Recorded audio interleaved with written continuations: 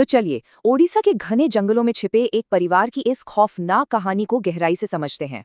85 साल पुराना खौफनाक पैतृक समझौता तोड़ने का अंजाम क्या होता है, एक नेवी अफसर के परिवार ने इसे भुगता। इस खौफ को समझने के लिए हमें इस परिवार की इस अजीबोगरीब और डरावनी परंपरा के नियमों को जानना होगा। लेकिन जब इस रिटायर्ड नेवी अफसर की बारी आई तो उन्होंने इसे महज अंधविश्वास बताकर पूरी तरह ठुकरा दिया। इस इनकार के तुरंत बाद दादाजी की मौत हो गई।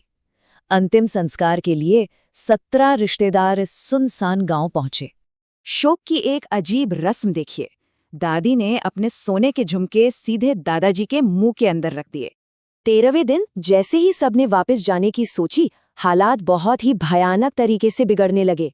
रात को मुख्य दरवाजे पर जोर से दस्तक हुई, लेकिन जब पिता ने दरवाजा खोला तो बाहर सन्नाटा था। सबसे रोंगटे खड़े करने वाली बात, जो झुमका दादाजी के मुंह में रखा था वही ठीक चौखट पर पड़ा मिला। उसी वक्त ऊपर छत पर माँ ने महसूस किया कि कोई अदृश्य साया आया और फुसफुसाते हुए उनका नाम पुकारा। रात 3:30 बजे दहशत अपनी चरम पर थी।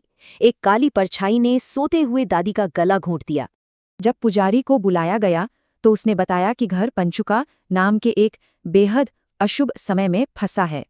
अचानक वश में आए पुजारी ने पूरे परिवार को तबाह करने की खौफनाक धमकी दी और दहशत में भाग गया। कहानी का खौफनाक अंत तब शुरू हुआ जब शाम को पिता बहस करके निकले और माँ अंदर अकेली रह गईं। रात को माँ ने बेडरूम के बाहर किसी की आवाज सुनी। वो दरवाजा खोलने की मिन्नतें करती मृत दादी थी।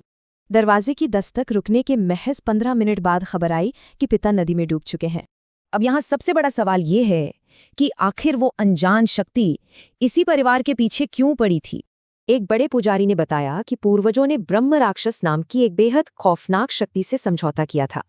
इस खौफनाक सौदे में परिवार को धन और सफलता के बदले हर 17 साल में एक भयानक कीमत चुकानी थी। हर 17 साल पर होने वाली वो रस्म कोई पूजा नहीं, बल्कि 6 महीने के अजन्मे बच्चे की बलि थी। शक्ति ने दादी को सबसे पहले मारा क्योंकि उन्होंने ये जानलेवा सच अपने ही बेटे से छुपा कर रखा था। परिवार को बचाने के लिए एक तांत्रिक ने आज उस पूरे जंगल को शक्तिशाली मंत्रों से बांध कर रखा है। जब पैतृक दौलत ऐसी खौफनाक कीमत मांगे तो क्या किसी भी अंधी परंपरा को आगे बढ़ाना वाकई में सही है?